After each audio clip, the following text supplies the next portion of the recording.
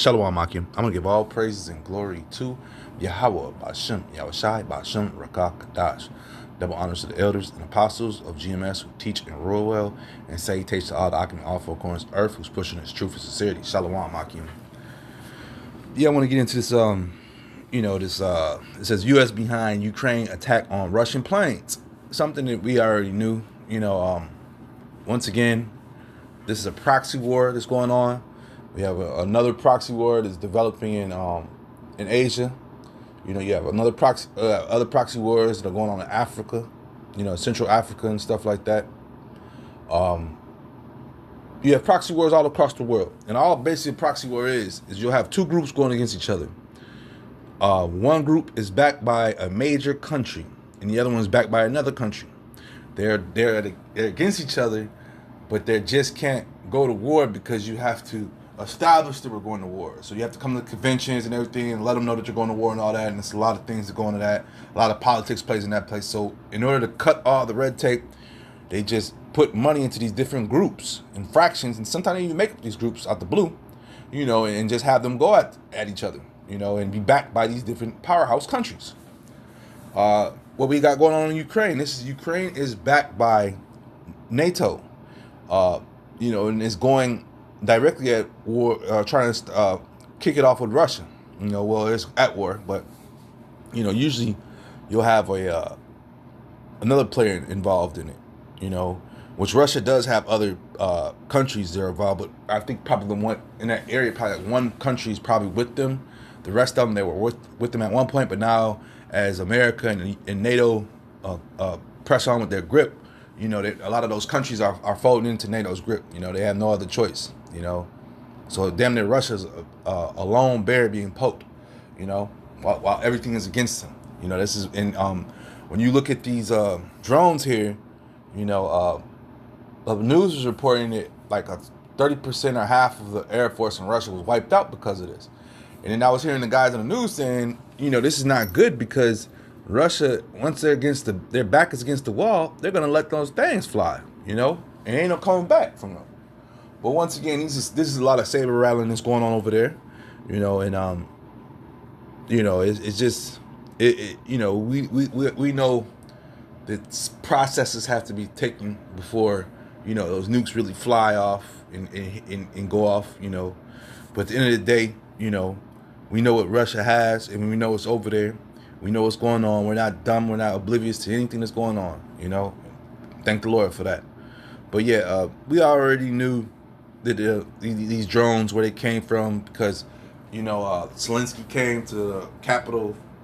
He came to America about a month or two ago, demanding more money, and Trump got into it. So, we know where the technology is coming from, 1 Thessalonians 5:3, for when they shall say peace and safety, then sudden destruction cometh upon them, as travaileth upon a woman with child, and they shall not escape. Because previous to this, attack, you had Putin. He was over there trying to set the peace accords going on, man. And that's what he wanted in his heart. It was peace. That's from all the news reports that's coming out. Other than if you don't pay attention to Western news, when you pay attention to world news, and they speak, they'll let you know that Putin is actually trying to defuse the situation that's going on.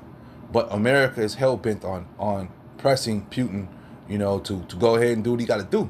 They want to really wipe that Russian bear off the face of the earth, basically. This is what the Western powers really want to do. But yeah, so Putin came for peace, and they tried to take him out the air, man. They tried to blow his helicopter up and stuff, man. And that was a week or two ago. And then a few days, this happened with the plane, with the drones attacking their air force, happened a day or two ago. So these devils, they're really stirring it up, and they can't be trusted. And I'm surprised Putin just didn't send his diplomats to go, because at the time we're in right now, he should have known that. But this is all a show at the end of the day, because these are Edomites against Edomites at the end of the day, and Putin, once again, his Germans are turning on him, the other Edomite countries are turning on him, and his back is against the wall right now. Basically, his back is against the wall. You know, the house is divided. Mark 3:25, and if a house be divided against itself, the house cannot stand. And at one point, you know, they tried to everybody, you know, they got these different meetings, before the NATO and all that was forming, you know, they have pacts and trade agreements amongst each other, and all of a sudden, because of the way that Russia was moving, the way that Russia, America fears Russia to the fullest, because of the things, Russia doesn't need America like that, one of the only countries that can basically stand alone, or just do business with its trade partners, and this is why, once again, you have the BRICS and the NATO. These are two different groups, and NATO does not want to go to war with the BRICS right now, and the BRICS don't want to go to war with NATO right now. But they're gearing up for war.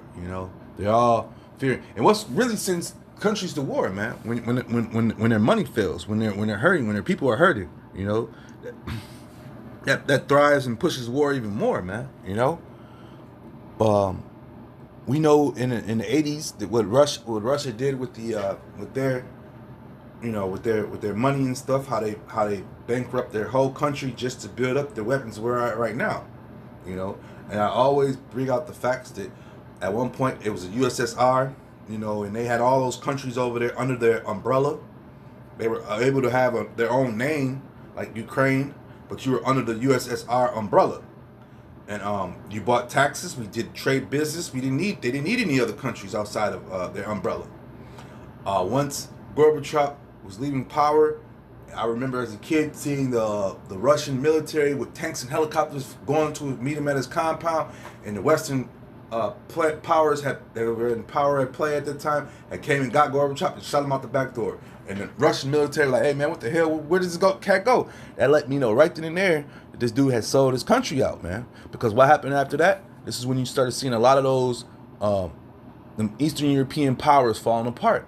You see, around that time you have the great, the East and West Germany wall fall down. And you had a bunch of, it was a trickle down effect. Truthfully, it was a trickle down effect. I want to say probably the wall came down before Gorbachev. I can't remember exactly, but it was just a sign tell of that USSR power folding in. And why? Because it was just a time where what's the word I'm looking for? Because it was a change of power, so to speak. Well, and as well as it was just showing you the times we were moving into. That bear would eventually have to be a battle for itself, where we're at right now. But yeah, at the end of the day,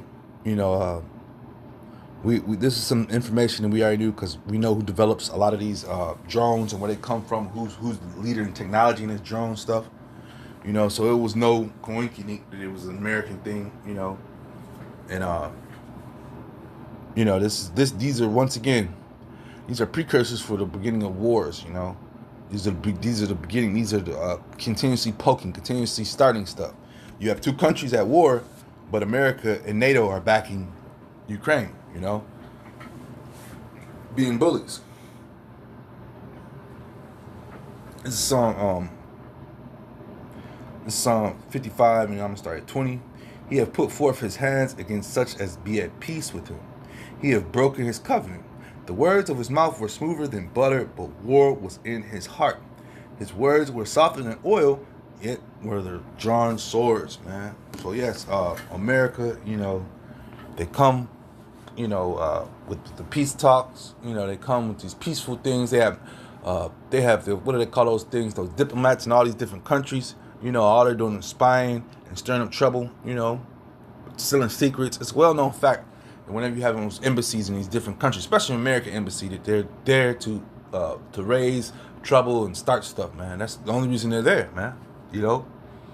And they come with this peace, like the words, the things they speak. We come to help. We come to delegate these things, move these things around, and help move you into the right way.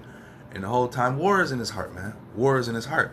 I remember when these drones first came out, they were just using them as cameras and you know, you can get over here and see things that you can't see. And look where we're at right now. These drones are weaponized, man. You know? So war was in this man's heart when he created these things. War was in his heart when he set these things out and put them out to, you know, do work, you know? But yeah, these people are, you know, and at the end of the day, once again, the war drum is going to continuously beat because very soon they're going to have a draft. They're going to call for, they're going to make, they got to, because they're America's building its enemy right now, you know, and the people are watching this, you know, they're not watching really right now. It's got to take a natural disaster, not a natural disaster, but a disaster happen, and then they're going to start pointing the finger, you know, and that's what's going to rile the people up. That's how stupid the people are. I've seen it happen throughout my years of living here. How from the Desert Storm Wars, as when I was a kid, to even when I got to high school, just to seeing the propaganda and the different things that they got to do to rile out the people, man. Proverbs 29:12. If a ruler hearken to lies, all his servants are wicked, man. And once again, you know, we're leading to war, man. And these people have to be keyed up. They got to be geeked up to go to war, man. So how you going to do that, man? You know, you tell them that Russia or China is taking away from all the businesses and China making it sick or something to that effect. You know, that builds up the hatred towards China. You know, Russia is, we can't make a move on these countries because Russia's holding us back. So now that keys them up. And, like, we need more people in the military to help teach Russia a lesson. You know, these are the different antics and ways they go about doing these things, man. You know, it's called propaganda, you know, riling the people up. But yeah, man, at the end of the day, you know, America is going to be exposed for the wickedness it does to the world, you know, and, like I say, Putin a week or two ago was on his way for the peace talks, and they tried to take his helicopter out the air, you know, so letting you know how much, you know, they really cared, that war is really in their heart. With that being said, this is edifying. Shalom, Akim.